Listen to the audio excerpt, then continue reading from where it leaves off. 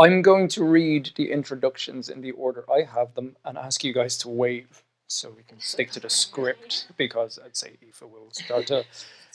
Okay, so first of all, Aoife, would you like to give a wave? Awesome. Aoife is a clinical psychologist who is part of the team in developing Liquid's mental health program that has since become prescribable across the Northwest, which is awesome. And over the next 3 years will be offered in schools within their curriculum framework. Yep. Fantastic. Elaine, this is working well. This is going well. Is an early years specialist with Hubble and Better Start.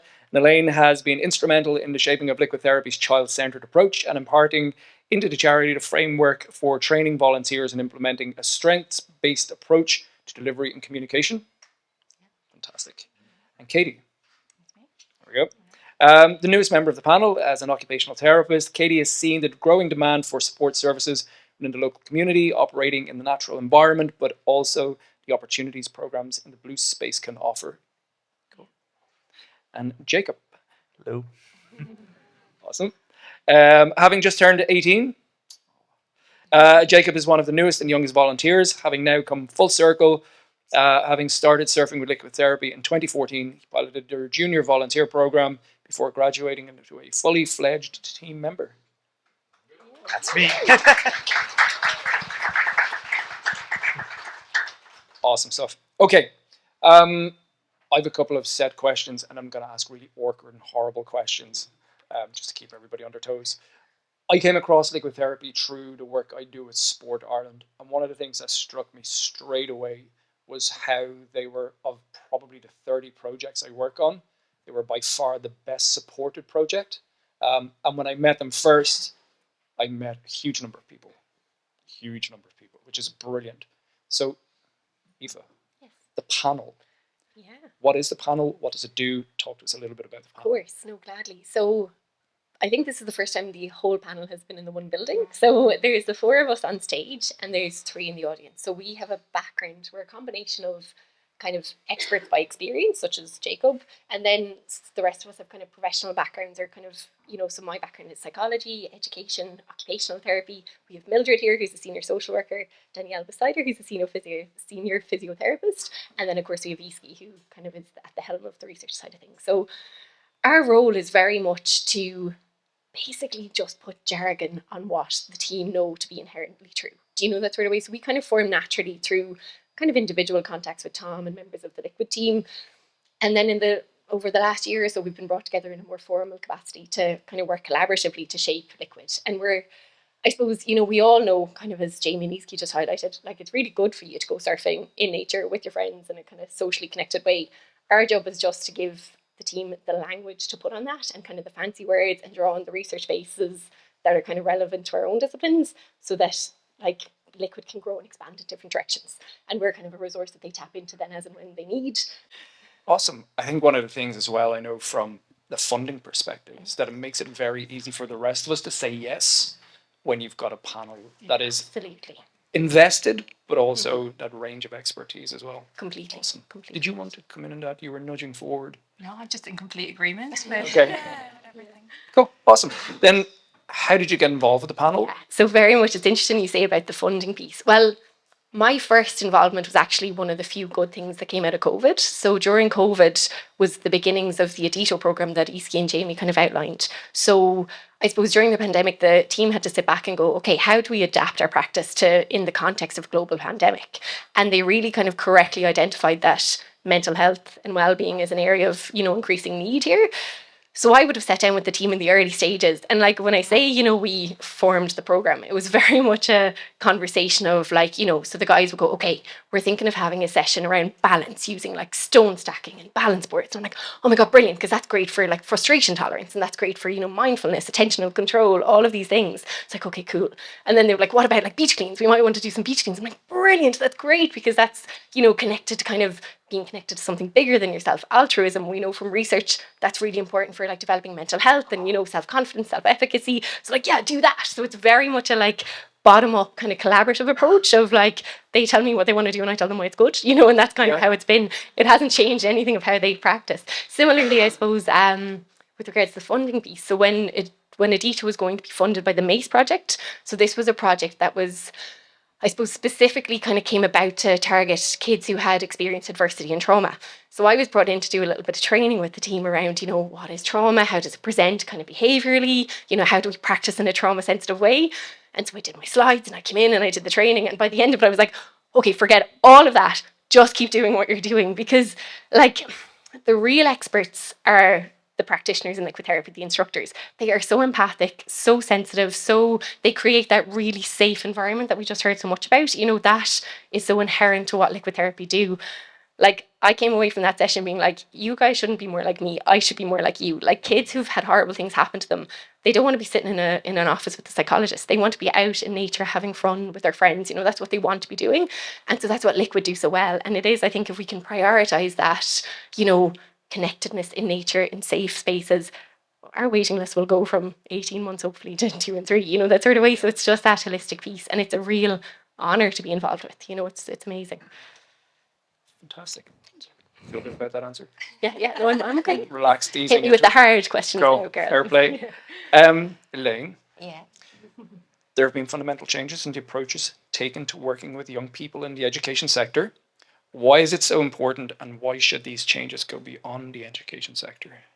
Yeah, well, I guess the education sector is always evolving, whether that be due to new research or the internet's played a part in it. And then most recently, AI, who knows where that's going to go. But I think the sector's really struggling to keep up with these changes. And I feel that a child-centered approach to education is kind of their answer. And I feel when you have a child-centered approach, you're basically looking at allowing a child to work at their own pace, and you're taking into consideration their individual needs, and if possible, you consider their interests in it as well.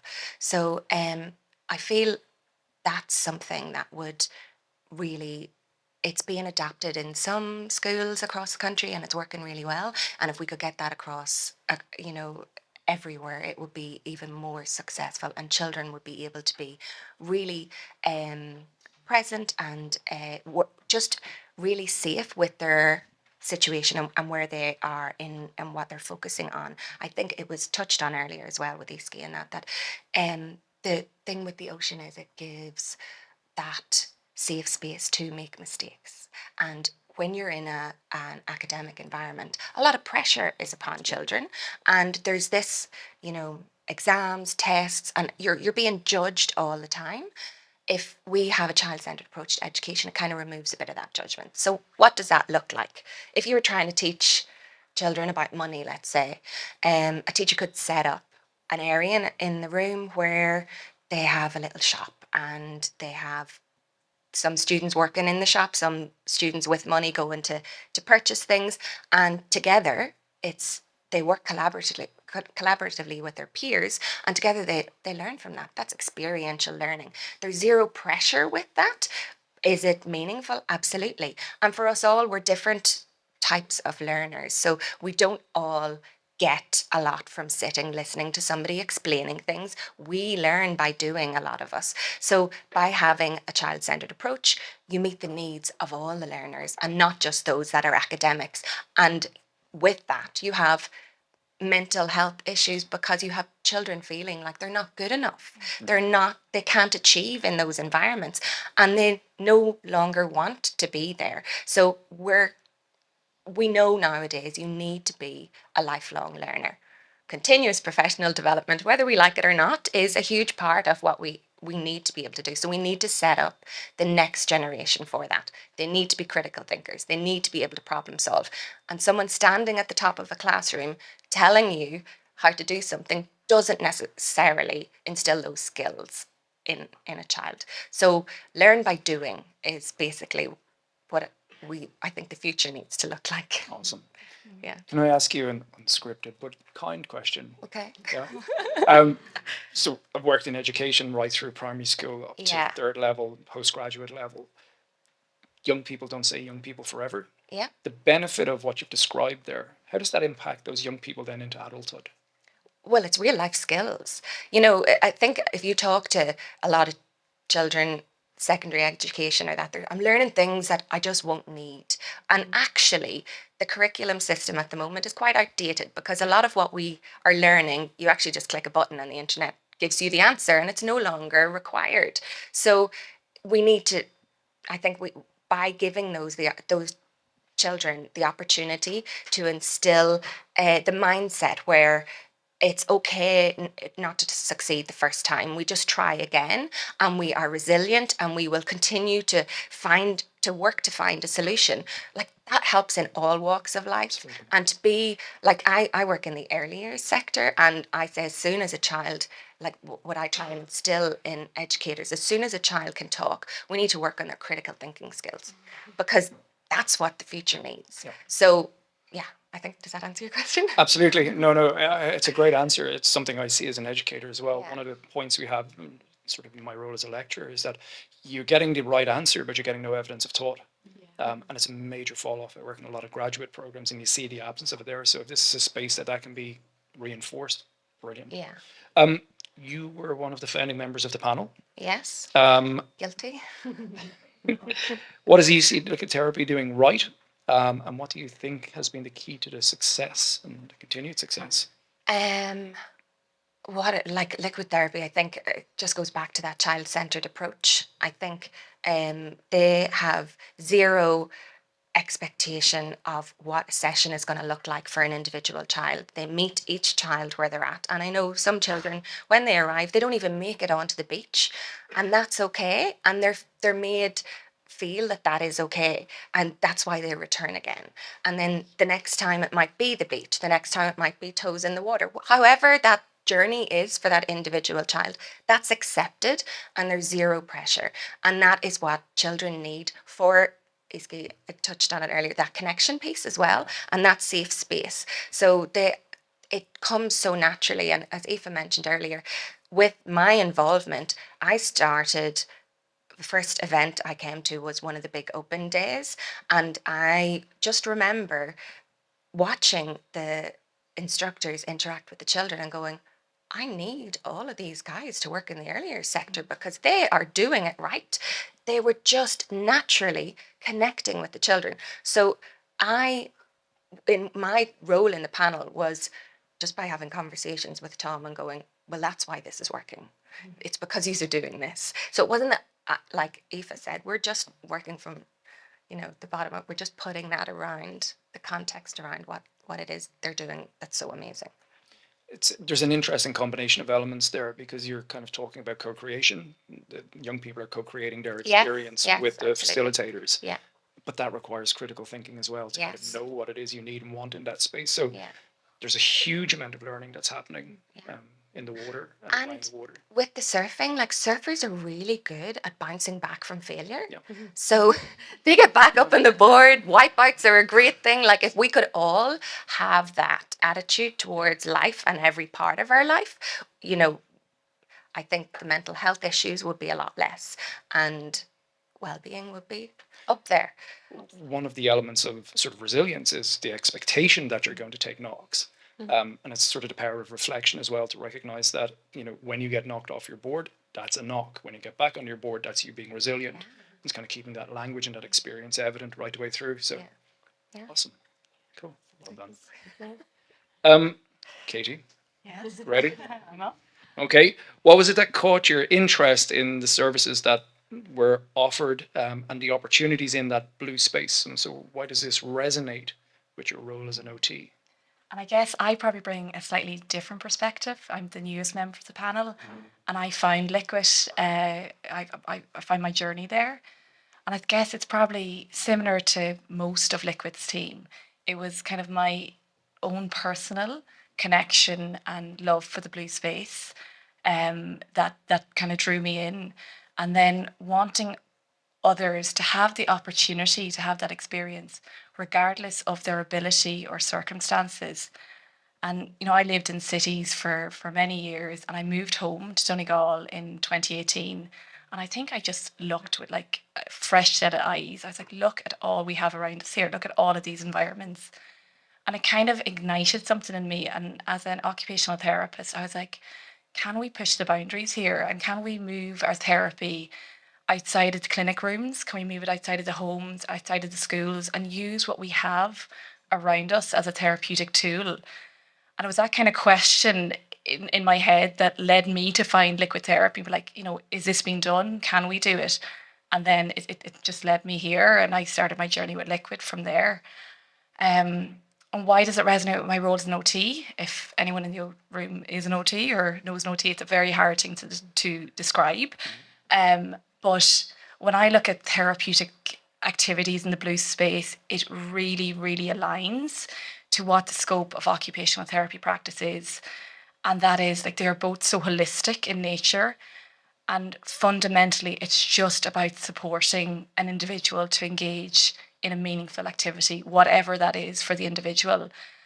And as an OT, my job is it's about being creative, and it's about helping a child or a young person or family member. It's about how do you overcome barriers to participation. And whether that's, physical or sensory challenges or social or emotional factors, or whether, and what I see a lot in my job is barriers that environments can present. So it's kind of really, as I've kind of reflected over my work over the years, and particularly how we live in modern society today, so many of the children and family I work with are struggling to function in the everyday environments that we interact with, because they can bombard us with sensory information, and they can be so overwhelming and so stressful. And I just see that the foundations that you need to be able to engage and function, they're kind of not stable. So a lot of my work and a lot of my colleagues' work is kind of how can we adapt the environment to help you function, or how can we support you with coping mechanisms to survive in these environments. And for the wee kiddies I work with, I'm thinking about play centres and schools, and when you have to go and do the shopping, and it's so intense. And what I see with liquid and it's just the beauty of doing activities in the blue space. It flips all of that in the head, and you're working, you're just in an environment that is in its like absolutely purest sense, offers this gorgeous flow of sensory information that is calming, that is regulating, and that sets the foundation to be able to go and do, or just be still and be present in it. And we're in clinic rooms trying to create that when we have these environments around us that does it naturally. So I think the beauty lies in that it needs no adaptation, and it's just a wonderful starting point to be able to do all of the wonderful things that Iski and Jamie spoke about earlier. So that to me, I think it's amazing and yeah, fantastic. And also it's accessible. You do you come and you do your surf sessions, with the team at Liquid. That's a space a family can go back to. We live in Donegal. We just have an abundance of beautiful spaces around us. And if we can help that link to get there, all of a sudden that can become part of your lifestyle, which I think is crucial. Fantastic. Yeah. It's interesting listening to you speak. One of the courses I teach is healthcare innovation. Yeah. You get a lot of people coming in from various elements of the healthcare sector. No OT so far. This is the fourth year, so maybe this year. Yeah. But one of the things I'm really conscious of, you tend to get people trying to just sort of take solutions that already exist in the healthcare space and apply them with slight variation, because I cover, say, the early stages of this course, so they haven't really kind of grasped the kind of broader elements of sort of creativity and critical thinking. How do you see a program like this working in that space, and how kind of much value, or what type of value can it create for sort of the individuals directly, but also then the families around that? Yeah. Well, do you know what? I think part of this as well, becoming a mum made a huge difference to me, and it made me reflect on my work and think, God, for a year, we're given these strategies, we're given advice, and are we adding to families' load? And it's going back to what we touched on already, being child and family centered, and rather than how can we adapt to truly meet the needs of the people that are availing of services. So I think it's about meeting people where they're at and meeting what they need and listening to what people need. And what I've heard from the families I work with is that we want inclusion. We want to be able to, we want our kids to have every opportunity. So I think in healthcare, in disability, in education, like Elaine has talked about, we need to be creative, and we need to probably change our Yeah. approach to meet what people want. So that's how I What see you it. said, Resin, really triggered me actually, because one of the things we try to do is to get people on the course to think the way you guys are already working. Yeah. It's that kind of empathy to define Yeah. prototype test stage, and it's very much in that kind of co-design piece as well, as we kind of mentioned in there. Yeah. It's quite a struggle actually to get people in the healthcare space to work Yeah. like that, because they're so focused on a delivery model almost Yeah. that restricts their ability to kind of put the person first. Yeah. So it's really interesting. Okay, thank you, Yeah. Jacob. Surfing. Okay. What has it meant to you? At a time when you see a lot of young people dropping off sports during their teens, what was it that kept you involved in surfing? Well, surfing is kind of like, it's community to me. It's like you go down and you're going in with people who are all on the same wavelength. The instructors, the children, we all, in the end, love the water. And there's a genuine, like, non-competitiveness and just a nice friendly atmosphere, because when I was younger, it was a good, I don't know how many miles it is from Derry to Rossnowla, but it's a good hour and a half drive down. And it was always just the down to earth instructors, and you know, we always got to know each other, because usually every session you usually have a different instructor. It was only until like recently that we had consistent volunteers and instructors for each one. So, but it only took one lesson.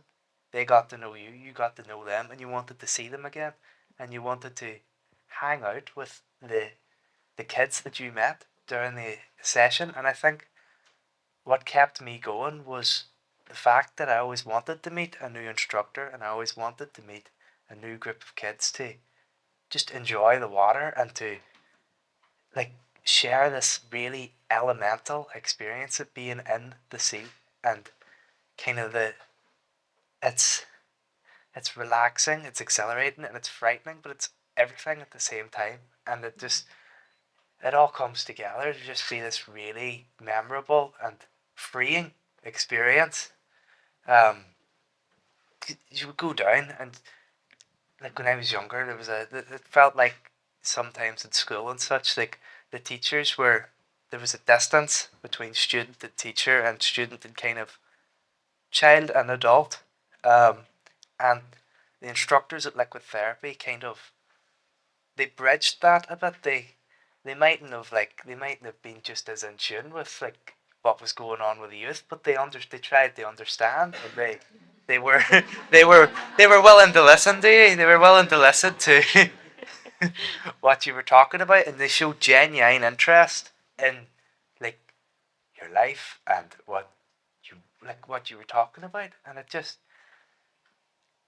like, you were able to bond over that love of the water in the end. And it was like, oh, do you like do you want to get up and catch a wave now? And you listen to them because you like them.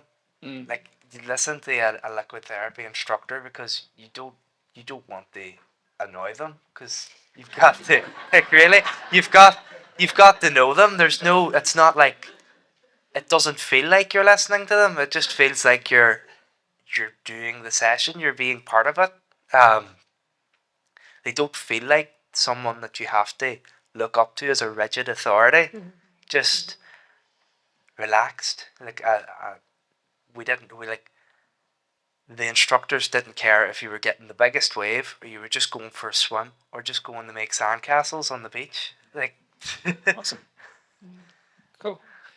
You mentioned something in there, and it's not a scripted question, so I hope it's okay. The water itself, that kind of elemental piece that you mentioned, does that contribute to that kind of camaraderie and community piece in a way that other settings for sport maybe don't? definitely, there's something there. Just the water is just a completely different environment well, I guess there's very few sports that kind of get deep into the water. They're their own subsect of sports for a reason. Water sports, because like, just, if you saw people struggling, you could help them out, and you would make sure that like your peers were okay in the water, and like, and then in one to ones you would be able to you'd be able to enjoy it with the instructor. But I always remember everybody being for each other, all the kids. And we were really young. We were like 2014. I don't know what age. That's not good enough at math. I don't, yeah. To do that on the fly, I'd but have to take my shoes off.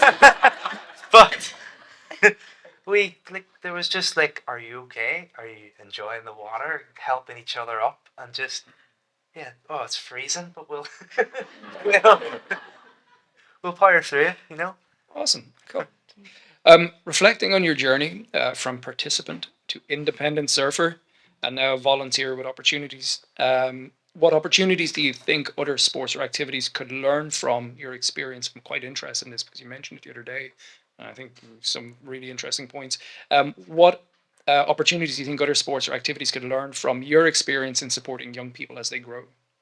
Well, I think when I was 16, it was kind of it was bittersweet because I was really sad that I couldn't continue with liquid. That I was too old to do the sessions that I was doing, and I was let down slowly. I was let down.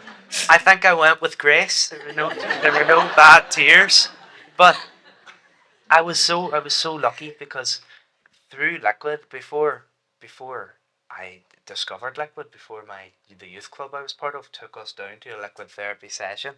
I didn't even know there was surfing in Ireland.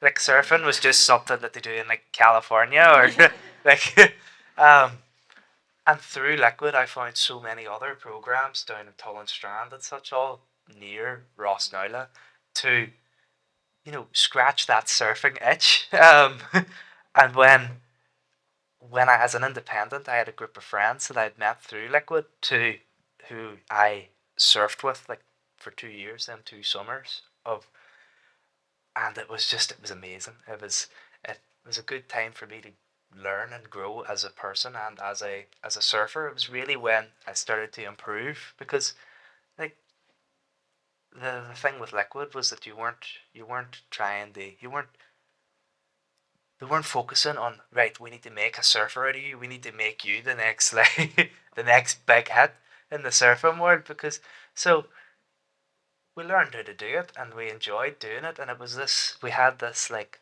this groundwork was laid for us to pursue it as a hobby then, and to pursue the harder part of it, the more skilled part of it on our own time. um but it was always on my mind to volunteer. I wanted to I wanted to give kids the same feeling that I had when I was in the water, because I looked up to the instructors and thought like, wow, these are the coolest people in the world. These like the least boring adults I know. And I wanted to put the same smile that I had on my face when I was with them. Um, and yeah, when I went for training, I trained up with them then, and it was great. It was great to be back with them because even though I wasn't part of the program, I still spoke to the instructors. I was down in Rossnowla. I was like said hello, so it didn't really feel like I had been gone for that long when I come back. Um, but what I remember anyway, this is a session I did recently. It was my last session out, and it describes liquid perfectly and their holistic approach to lessons. And I went out and I was they put me out with a 5-year-old, and I thought, wow, this is like they're young. Do you think that 5-year-old was thinking of you as a boring adult? I don't know. But that was what I was worried that how am I going to empathize with this small child, because it's been a long time since I've been 5. But we don't know exactly how long. Yeah. Um, but we just went down, and instantly all the fear and all the worry of dealing, like having to look after this child, was gone, because we sat and made sandcastles on the beach. We sat and went into the water. Lovely big neon pink bodyboard. She loved that. And it just clicked with me that we don't have to. There's no regiment. We don't have to fulfill a quota of what we're doing, because like we just did what the child wanted to do. And as an instructor, I think I had the same, maybe even more gratification for doing it as I did as a student. Like it was just, it was amazing. It was unforgettable.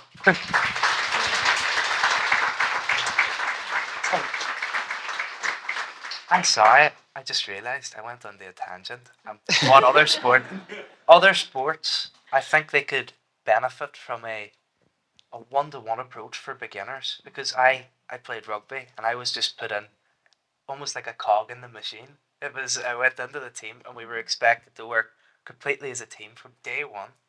I didn't really know who my instructor. I don't know if you'd call him an instructor, but and I felt very like separated from the group because the instructor and the other team members they all knew each other, but I didn't know them, and that they were pushing us to competition. They were pushing us to work as a group, but I don't think there was ever like an induction or like a nice non-competitive and more just a slow ease into it rather than just being sent straight into it. It was like, well, we were being told what to do. The adults were telling us what to do, and we were going to do it instead of looking back and thinking like, what does the child want to do, and what, how can we make them love this sport as much as we do?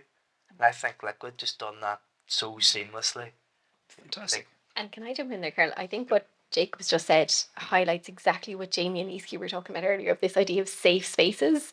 Like, how many kids do we know that are engaged in GAA or rugby or basketball or hockey? If we could make all of those spaces safe spaces and embody those kind of child centered, less pressurized things, it would transform things. If you had safe spaces twice a week on a Thursday and a Friday or whatever it was, like, it's so incredible. Like, if you can take those values and implant them in every kind of sporting setting, like, it's transformative. Because it yields good results. Because like I'm not claiming to be like a master surfer. I'm not. I'm still learning. I'll always be learning. But that ease into it, it didn't affect my like want to be better at surfing. I ended up wanting to pursue it further and get more competitive and get more into it and develop my skills later on.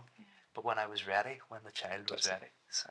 And I think hearing you speak, Jacob, and we've been working together the last few weeks, and it's just been absolutely amazing because you've kind of come full circle. And I sit in a group of parents locally at the moment that have young kiddies, and they're saying, what do we do? We want our kids to have every opportunity for inclusion. We want our kids and siblings to be able to do things together, and we need help. We need more respite.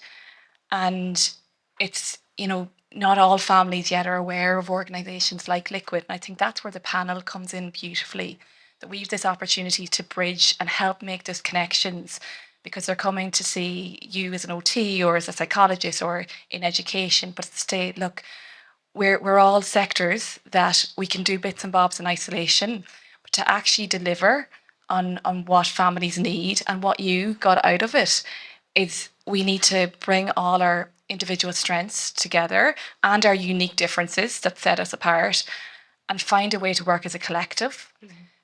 Because like anything, as that collective, we can achieve those things. And we're in a climate where there's a backdrop of challenges across areas, but coming together, sometimes I think you need to be in that place to actually have that opportunity to say, well, how can we do better and how can we move forward? And I think that process is starting, and like the Dito project is such a beautiful example of that. And it's let's keep building on that and let's reach out more, make those connections and do it together in partnership. I think that's absolutely key, particularly in a climate when things are stressful and difficult. And we kind of hear a lot of the bad news stories when there's actually some fantastic things happen. And it's your voice and it's the voice of all the families. That's the most important thing at the centre of it all. So there's one thing that's really obvious to me, probably because of the space that I work in, that I don't think you guys talk about enough, actually. One of the great measures of leadership is the ability to grow other leaders. And you have a very flat model of leadership rather than sort of a traditional, really hierarchical model. You're in a leadership space now. It's yeah, that's what I mean. It doesn't feel like you're ordering the kids around, and it never felt like exactly. as a participant. Because in the end, I think there's very few tears in the water. The water is simple when it comes to having like young children in it, because if there's a problem, it's usually caused by like, oh, the water's too cold or something, and it can be solved by just taking them out and Yep. calming them down on the beach. And if there isn't a problem, then all the benefits of the water are just in full force. And it's, you know, there are people that are very scared of it, but when when you're out with liquid, it's a safe environment. It's in like it's all under control, and we just it's just it's strange. It's strange how they go. You go in and just all that outside worry is just gone. And even as an instructor, you go in and you see how the child behaves, and you think this is going to be great. So Your immediate response to what I said was really interesting. You know, you don't have to order them around. But Yeah. of course you don't, because you're a leader and you have followers, rather than having to sort of manage a situation and point and poke and prod and push people into space. That what you the kind of the model of leadership you've seen in this space is one that creates followers and people who are happy to follow because there's trust. And there's you've got that sort of shared responsibility, and you're creating the space, that safe space that pretty much everybody's talked about, that people are willing to follow you in that area as well. So it's really interesting to me sitting here hearing the four of you talk, and hearing Iski and Jamie talk earlier, and the group that I've worked with for the last year or so, not talk about that element, but actually you're building new leaders and you're building new models of leadership. It's a much safer model of leadership as well. So that's really interesting. Do we have time for the blue space memory? That finger has gone up a few times. I've kind of like to talk. I've skillfully shifted my eye line. Do you have a particular blue space memory you'd like to tell us about? well, it's a blue space memory, and it always comes back to me. And it was actually through liquid therapy I was introduced to a surf school in Strand. It's actually where I met kind of my mentor instructor Nudge, who's in the crowd over there. And it was a week. We were there for a week, and I think it was one of my first weeks. I stayed down in Bundoran, and a week long course, and it was just a perfect day for it. It was sun split in the sky, not swelteringly hot, and the water was just this lovely, like crystal blue. And we decided it was later on in the week, so we decided to move in a wee bit where the waves were a bit bigger, and it was like a scene out of, like, I don't know, an oasis or something. And I always remember going in. That this is perfect. Everything is adding up, and like I enjoyed the company of the fellow students, and I enjoyed the company of the instructor, and it all gelled together to be just probably one of my favorite like experiences in the water. I think I'll always have it in the head when I Awesome. grow up. Awesome. Eva's moved, so maybe we can get one more. What have you got? Oh, someone have a short Really one. quickly. Mine isn't short. Mine involved liquid therapy. It was actually an evening, just a beautiful evening at the beach, and I was there with my little baby, a couple of months old maybe, and my 2-year-old in the water, running around with the volunteers at the end of the session, and she was being thrown on a surfboard. She was catching waves. She was falling in the water, but I just had this moment. I'm originally from Monaghan, which is landlocked, and we've moved here. So I just had this moment that this is life. This is our future, and we are so incredibly blessed to be here and to have liquid therapy as our family. So that was my favorite. Awesome. Brilliant. Tom is now moving into the nodding position. So just say thank you very much. Really enjoyed that. Actually would listen to you all.